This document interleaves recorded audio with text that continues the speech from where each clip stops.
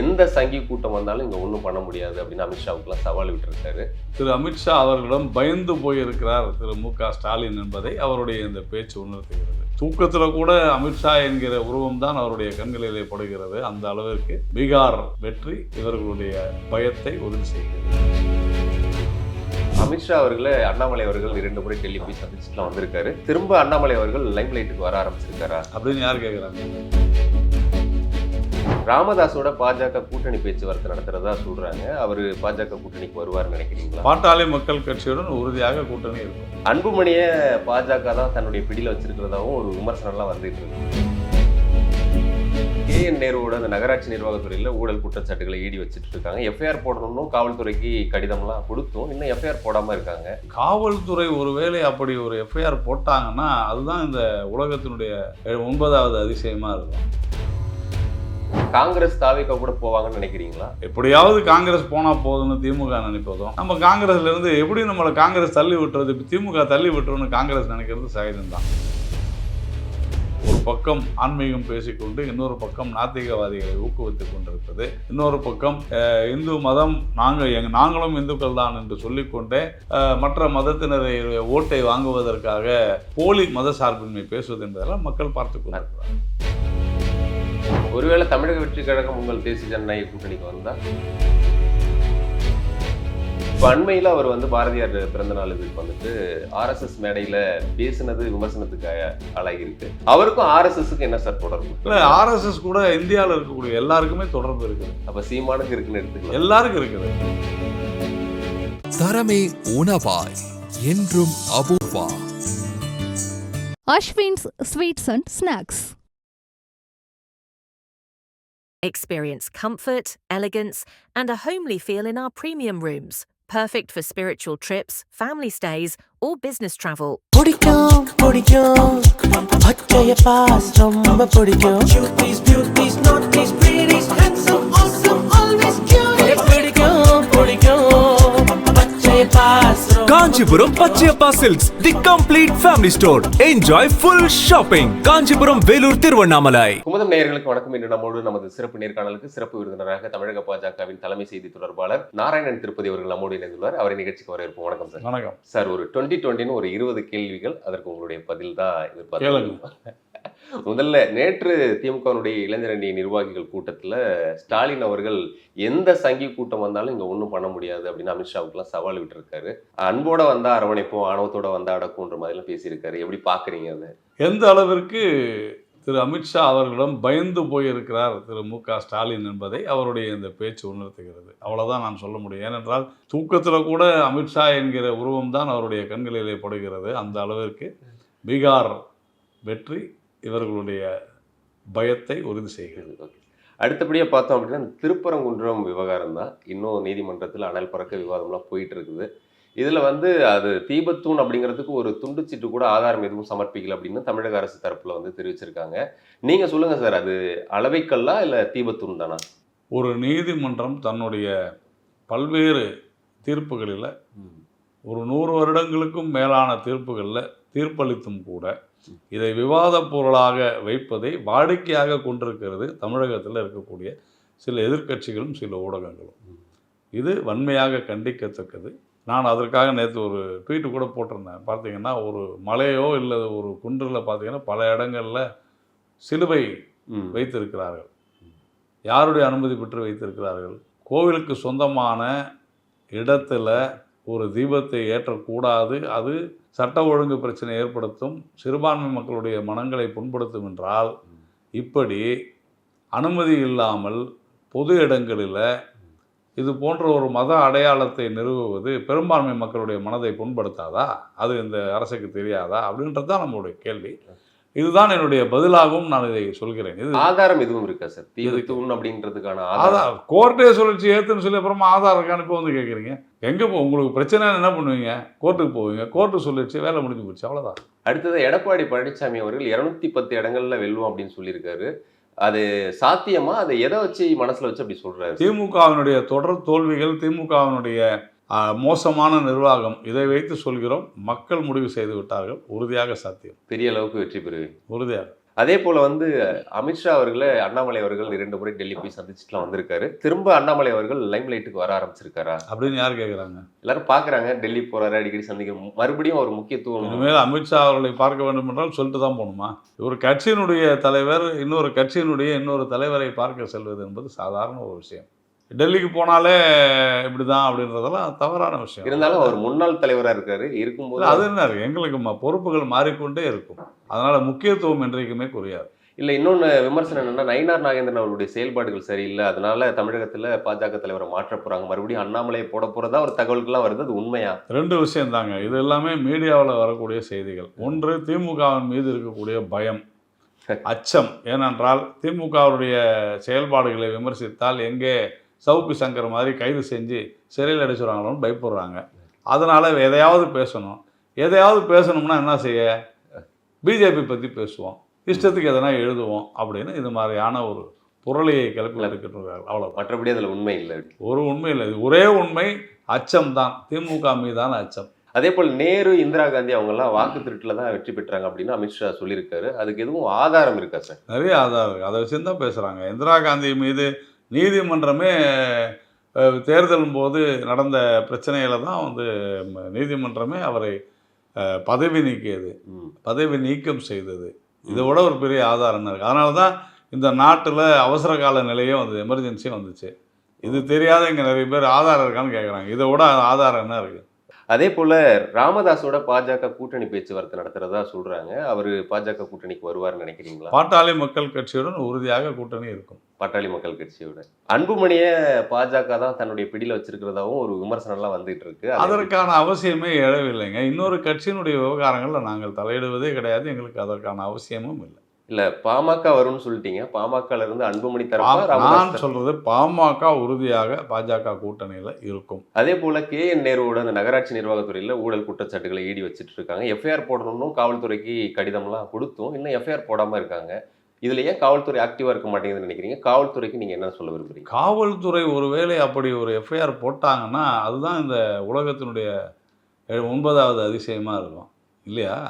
அமைச்சர் மீது எப்படி அவங்க கேஸ் ஃபைல் பண்ணுவாங்க? 9வது அதிசயம் தான் அது. அதனால் காவல்துறையை பொறுத்தவரையில் அவங்களுக்கு வந்து திருப்பரங்குன்ற மாதிரியான விஷயங்களில் பாதுகாப்பு, ஆளுங்கட்சியினருக்கு பாதுகாப்பு கொடுக்குறதுல தான் அவங்களுடைய கவனம் இருக்குதே தவிர இதிலலாம் அவங்களுக்கு கவனம் இல்லை. யார் எவ்வளோ கொள்ளையடிச்சா அவங்களுக்கு என்ன இருக்குது? இப்போ எஃப்ஐஆர் போடாமலே இருக்காங்க. அதில் ஈடி எதுவும் எஃப்ஐஆர் இல்லாமல் பண்ண முடியாது. என்ன மாதிரி எஃப்ஐஆர் போடணும். அதுக்கு உண்டான ஆதாரபூர்வமான பல விஷயங்களை கொடுத்தும் கூட இவர்கள் முதல் தகவல் அறிக்கை பதியாது என்பது அவருடைய கடமையிலிருந்து அவர்கள் தவறிக்கொண்டே இருக்கிறார்கள். எப்படி திருப்பரங்குன்ற விவகாரத்தில் நீதிமன்ற உத்தரவை மதிக்கவில்லையோ அதுபோல் ஆதாரம் இருந்தும் ஒரு குற்றச்சாட்டை பதிய மறுப்பது என்பது அதுவும் சட்டவிரோத செயல் தான்.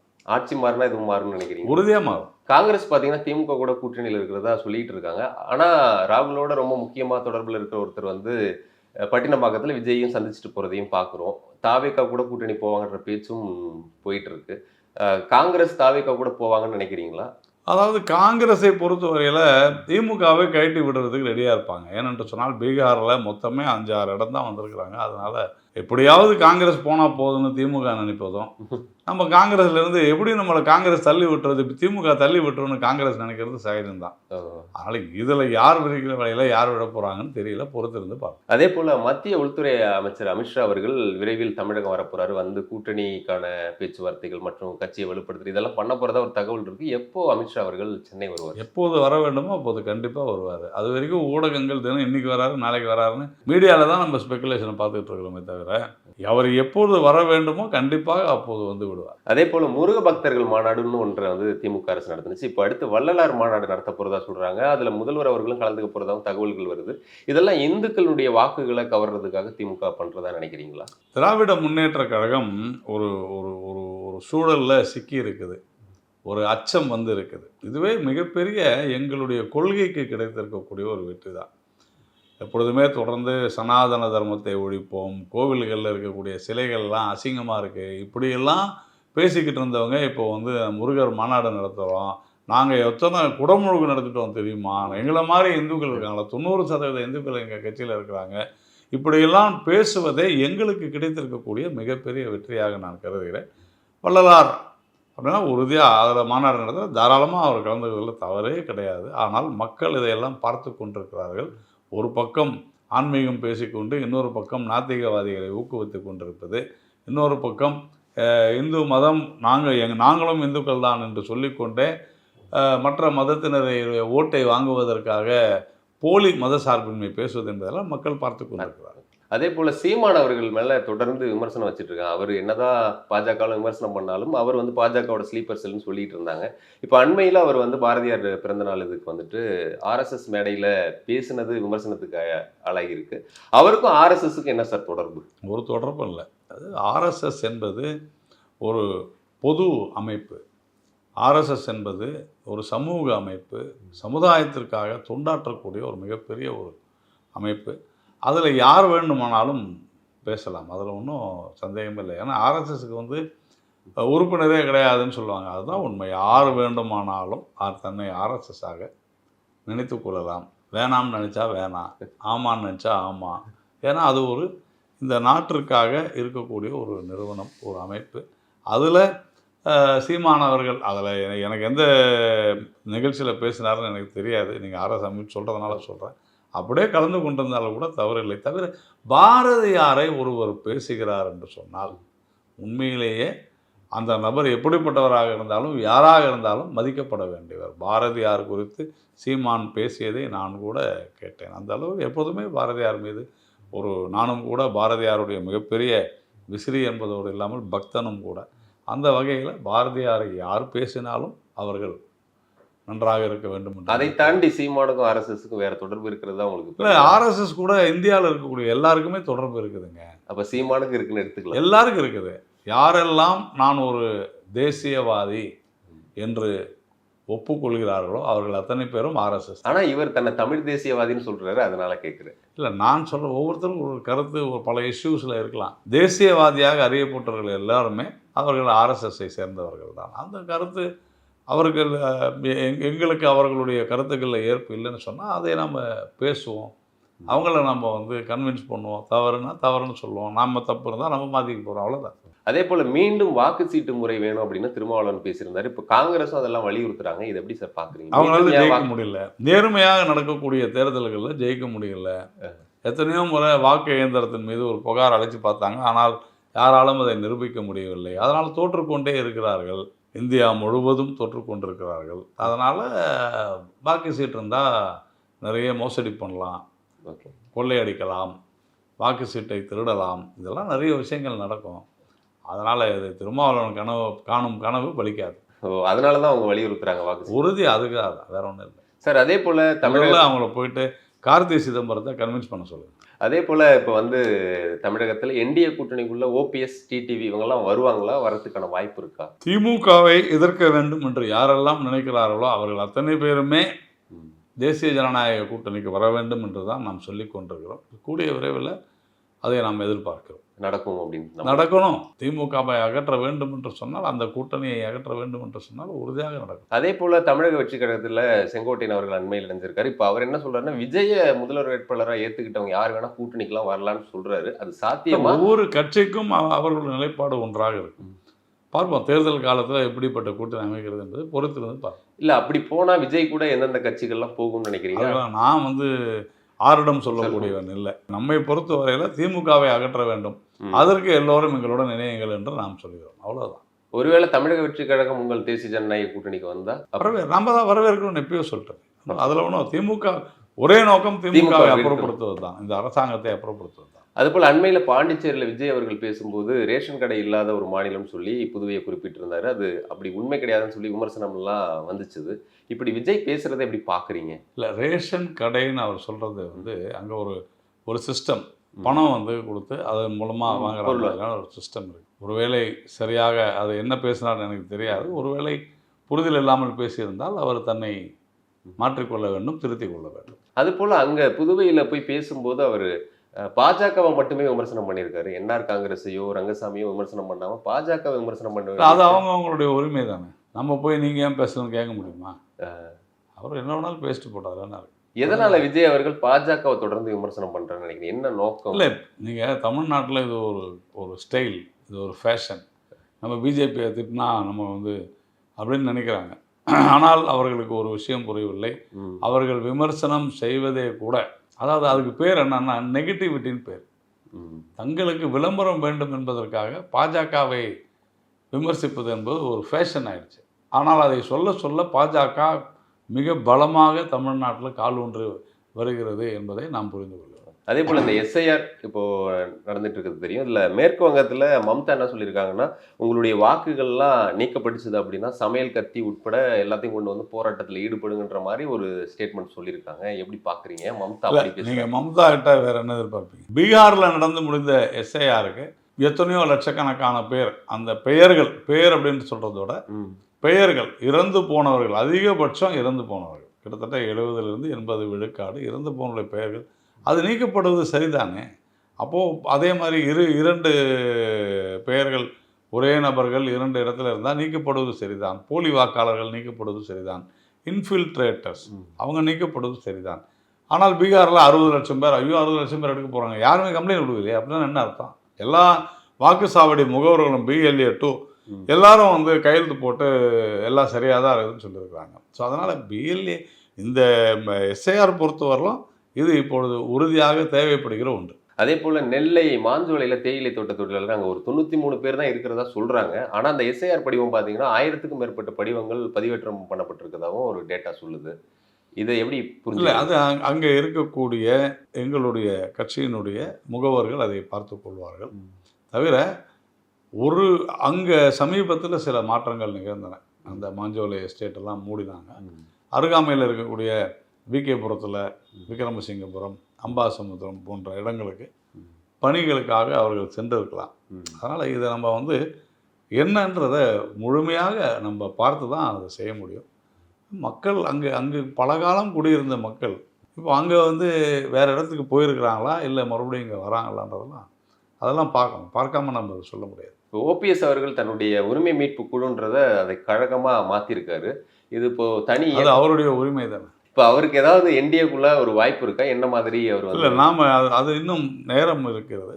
வரக்கூடிய காலங்களில் அது குறித்து நம்ம நமக்கு தெரிய வரும். இன்னொரு கேள்வியும் கேள்விப்பட்டு இருக்கோம். அதாவது சசிகலா அவர்களையும் என்டிஏக்குள்ள கொண்டு வரணும் முயற்சிகள் நடக்கிறதா சொல்றாங்க. அப்படி அவங்களும் கேள்விப்படுறதுக்கெல்லாம் நான் எப்படிங்க பதில் சொல்ல முடியாது? நான் கேள்விப்படல அது மாதிரி. ஓகே, இங்க என்டிஏவை வலுப்படுத்துறதுக்கு வேற என்னென்ன வியூகங்கள் வச்சிருக்கீங்க சார் இங்க கூட்டணி? எங்களுக்கு வேற எதுவுமே வேண்டாங்க. இந்த திமுகவினுடைய தோல்வி, இந்த ஆட்சியினுடைய 5 வருட தோல்வி, இங்கே நடக்கக்கூடிய சட்ட ஒழுங்கு சீர்கேடு, குற்ற சம்பவங்கள் அதிகரிப்பு, பாலியல் தொல்லைகள் அதிகரிப்பு, இங்கே சாராயத்தினால் டாஸ்மாக் கடையில் மது அருந்தி தினமும் நடக்கக்கூடிய கொலைகள், இதை நான் சொல்ல, போலீஸ் FIR சொல்லுது.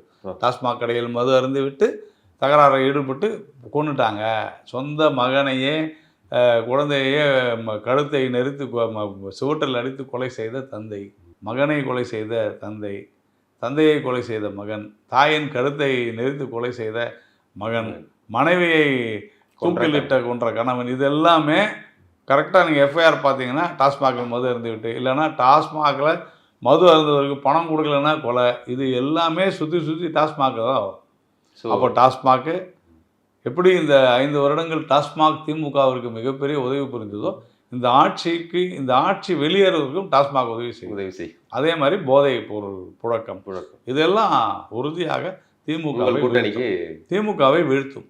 எங்கள் கூட்டணிக்கு தான் அது சாதகமாகும். கண்டிப்பாக சார். பல்வேறு கேள்விகளுக்கு ரொம்ப பரபரப்பான பல பதில்கள் அளிச்சிங்க. குமுதம் சார்பாக நன்றி. தரமே உணவாய் என்றும் Apoorva. Ashwin's Sweets and Snacks. Experience comfort, elegance, and a homely feel in our premium rooms. Perfect for spiritual trips, family stays, or business travel. பிடிக்கும் பச்சைய பாஸ் ரொம்ப பிடிக்கும். Beauties, naughties, pretties, handsome, awesome, always cute. பிடிக்கும் Pachaiyappas. Kanchipuram Pachaiyappa silks, the complete family store. Enjoy full shopping. Kanchipuram, Vellore, Tiruvannamalai.